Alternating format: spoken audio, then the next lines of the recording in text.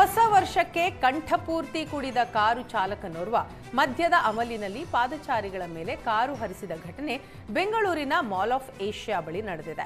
ಘಟನೆಯಲ್ಲಿ ಅದೃಷ್ಟವಶಾತ್ ಕೂದಲೆಳೆ ಅಂತರದಲ್ಲಿ ಬಾಲಕಿ ಬಚಾವಾಗಿದ್ದಾಳೆ. ಭೀಕರ ಅಪಘಾತದ ದೃಶ್ಯ ಸಿಸಿ ಕ್ಯಾಮೆರಾದಲ್ಲಿ ಸೆರೆಯಾಗಿದೆ. ಚಾಲಕ ಮದ್ಯದ ಅಮಲಿನಲ್ಲಿದ್ದ ಹಿನ್ನೆಲೆ ಮಾಲ್ನಿಂದ ಹೊರಗೆ ಬರುವಾಗ ಕಾರು ನಿಯಂತ್ರಣ ತಪ್ಪಿದೆ. ಹೀಗಾಗಿ ಫುಟ್ಪಾತ್ಗೆ ಕಾರು ನುಗ್ಗಿದ ಪರಿಣಾಮ 7 ಜನ ಗಾಯಗೊಂಡಿದ್ದಾರೆ. ಗಾಯಾಳುಗಳನ್ನು ಸ್ಥಳೀಯ ಆಸ್ಪತ್ರೆಗೆ ಸೇರಿಸಲಾಗಿದೆ. ಘಟನೆ ಸಂಬಂಧ ಕಾರು ಚಾಲಕ ಸುನೀಲ್ ಕುಮಾರ್ ಸಿಂಗ್ ಮತ್ತು ಮಾಲ್ ಆಫ್ ಏಷ್ಯಾ ಆಡಳಿತ ಮಂಡಳಿಯ ವಿರುದ್ಧ ಸಂಜಯ್ ನಗರ ಸಂಚಾರಿ ಠಾಣೆ ಪೊಲೀಸರು ಸುಮೋಟೋ ಕೇಸ್ ದಾಖಲಿಸಿಕೊಂಡಿದ್ದಾರೆ.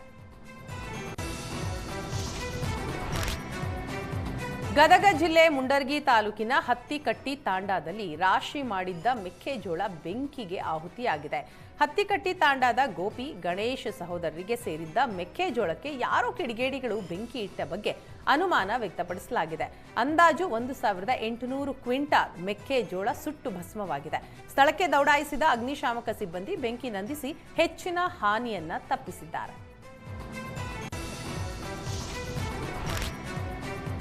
ಬೀದರ್ನಲ್ಲಿ ಭ್ರಷ್ಟ ಅಧಿಕಾರಿಗಳಿಗೆ ಬೆಳ್ಳಂಬೆಳಿಗ್ಗೆ ಲೋಕಾಯುಕ್ತ ಅಧಿಕಾರಿಗಳು ಶಾಕ್ ಕೊಟ್ಟಿದ್ದಾರೆ. ಬೀದರ್ನ ಹುಮ್ನಾಬಾದ್ ಆರ್ಟಿಒ ಕಚೇರಿಯ ಮೇಲೆ ಲೋಕಾಯುಕ್ತ ದಾಳಿ ನಡೆದಿದೆ. ಆರ್ಟಿಒ ಕಚೇರಿಯಲ್ಲಿ ಭ್ರಷ್ಟಾಚಾರದ ದೂರುಗಳ ಹಿನ್ನೆಲೆ ಲೋಕಾಯುಕ್ತ ಪೊಲೀಸರು ದಿಢೀರ್ ದಾಳಿ ನಡೆಸಿದ್ದಾರೆ. ಬೆಂಗಳೂರಿನಿಂದ ಬಂದ ವಿಶೇಷ ಲೋಕಾಯುಕ್ತ ಅಧಿಕಾರಿಗಳ ತಂಡದಿಂದ ದಾಳಿ ನಡೆಸಿ ಆರ್ಟಿಒ ಕಚೇರಿಯ ಕಡತ ದಾಖಲೆಗಳನ್ನು ಪರಿಶೀಲನೆ ನಡೆಸ್ತಾ ಇದ್ದಾರೆ. ರಾಜ್ಯದಲ್ಲಿ ವನ್ಯಜೀವಿಗಳು ಮನುಷ್ಯನ ನಡುವಿನ ಸಂಘರ್ಷ ಪ್ರಕರಣಗಳು ಜಾಸ್ತಿ ಆಗ್ತಾ ಇವೆ. ಹೀಗಾಗಿ ನಾಗರಹೊಳೆ ಬಂಡೀಪುರದಲ್ಲಿ ಸಫಾರಿ ಬ್ಯಾನ್ ಮಾಡಲಾಗಿದೆ.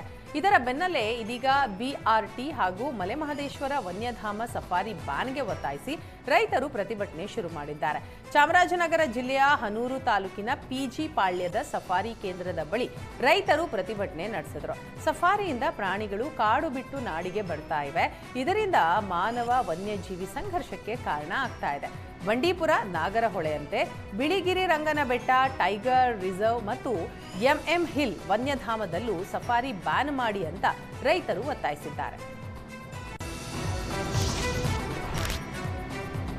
ಹಳೆ ದ್ವೇಷದಿಂದ ದುಷ್ಕರ್ಮಿಗಳು ಬೆಳೆದು ನಿಂತ ಅಡಿಕೆ ಮರಗಳನ್ನು ಕಡಿದು ಹಾಕಿರುವ ಘಟನೆ ಚಿತ್ರದುರ್ಗ ಜಿಲ್ಲೆ ಚಳ್ಳಕೆರೆ ತಾಲೂಕಿನ ಜಾಜೂರಿನಲ್ಲಿ ನಡೆದಿದೆ. ಜಾಜೂರು ಗ್ರಾಮದ ತಿಪ್ಪೇಸ್ವಾಮಿ ಎಂಬುವರಿಗೆ ಸೇರಿದ ತೋಟದಲ್ಲಿ ಸುಮಾರು 15ಕ್ಕೂ ಅಧಿಕ ಅಡಿಕೆ ಮರ ಕಡಿದು ಹಾಕಿದ್ದಾರೆ.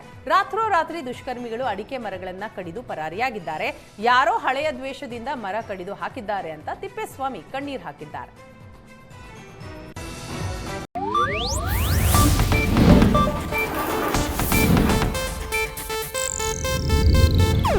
ಇದು ಏಷ್ಯಾನೆಟ್ ನ್ಯೂಸ್ ನೆಟ್ವರ್ಕ್ ಪ್ರಸ್ತುತಿ.